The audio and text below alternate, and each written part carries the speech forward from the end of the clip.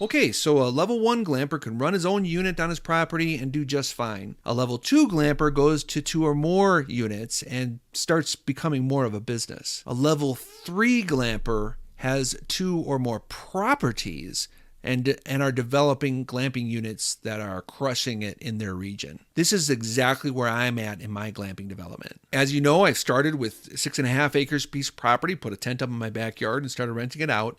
And now I have these 8 units on the property, soon to be 12. But I have a second property, and I think you know that already, that is on the other side of town that is under review right now at the county for a total of 24 units. And really, why not? Monument Glamping 1 is successful. Why not just Control-C and paste it into Monument Glamping 2? Easy peasy. That's easy money. Here we come. Yeah, right. I've had to tighten my business muscles more than ever in our scale of operation. That's what being a level 3 glamper is all about. Scaling a business is incredibly difficult. And truth be known, this is where most businesses stall. They build on a fantastic idea in an eager market, but when faced with business development necessary to cut and paste it, they slam up against a glass ceiling that is really difficult to slam through. There aren't many examples out there, but I gotta say, I am figuring it out. I've got an incredible operation going on here in Monument, Colorado. And just to let you know, I'm talking to a 3rd and 4th property owner about acquiring their property, or at least a section of it, to grow into even more opportunity here in the northern El Paso County area. Now, I've already explained Monument Creek and what I've got going there. Half off-grid, half on-grid sites, and we're applying for 12. Pinecone Ranch is on the other side of town, and that property is about the same size as this property, but it doesn't have a creek in it, and it has beautiful ponderosa pines. We have some container homes being rented out there, but they're not quite permitted correctly. And we have a site development plan going on to have 24 total units there, but we're probably going to build individual tiny home structures throughout that entire property. Now, perhaps you're a level 1 or 2 glamper and would love to go to a level 3 glamping.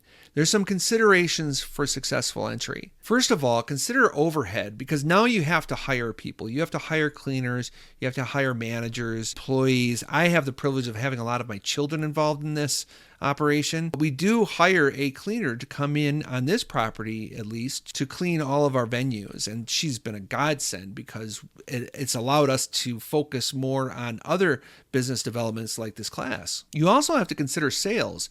For a glamping business, bookings are paramount. And I get some sales out of the OTAs, but I'm actually moving more towards off the OTAs and into a more direct booking operation. That entails marketing too. There's strategies and tactics that I employ to get my message out there through social media marketing, through newspaper marketing, through getting involved in the community and doing the free marketing that comes through the Chamber of Commerce and just being a good person in the community. It's important to invest in marketing so that your venues get filled. And the next consideration is services and products. It's not just the glamping units, but it's the amenities on top of it. I call them extras. And really, my extras make me a lot of money. And I'm constantly modifying and evaluating those upsells to my glamping units. And also, as a level 3 glamper, you have to consider capital and cash flow. Capital refers to the funds necessary to start and operate a business, while cash flow refers to the inflow and outflow of funds over time. For a glamping business, capital may be required for purchasing land,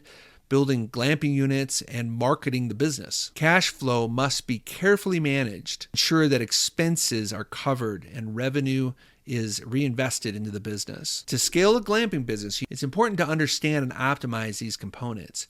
And by focusing on these components, a glamping business can successfully scale to multiple operations and achieve long-term success. Now, I may be too big for my britches to talk about the level 4 glamper because I'm not quite there yet. Yet.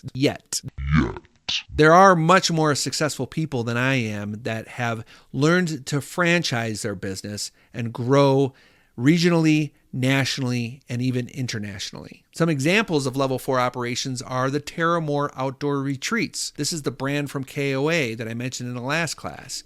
They have locations in California, New York, and Colorado, offering luxury tents and cabins in scenic locations. There's Timberline Glamping. Centered in Georgia, Timberline Glamping secures locations in state parks to offer luxury tents and vintage campers for family-based glamping. They have grown quickly in the last few years and include state parks in other states in the Southeast. AutoCamp.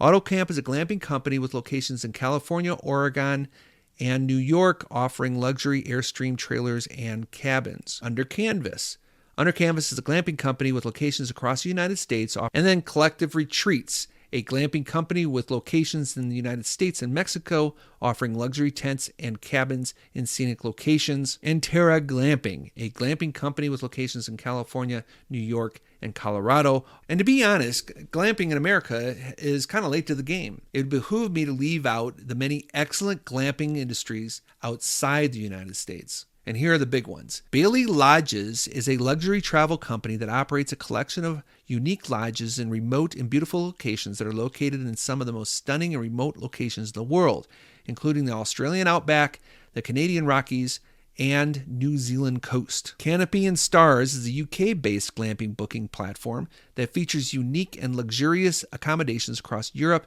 including tree houses, yurts, and cabins. Feather Down is a glamping company with locations across Europe, offering luxury tents and cabins on working farms. Happy Glamper is a glamping company based in Australia, offering luxury bell tents and retro caravans for rent. Eco Retreats is a glamping company based in Wales, UK, offering yurts in a secluded forest setting. I hope to be as cool as these giants when I grow up. I hope to grab a plane ticket with my dear wife and head out and venture into these glamping operations. I'll definitely be writing more about them in the future. And I'll grab my camera along and throw some videos up on YouTube.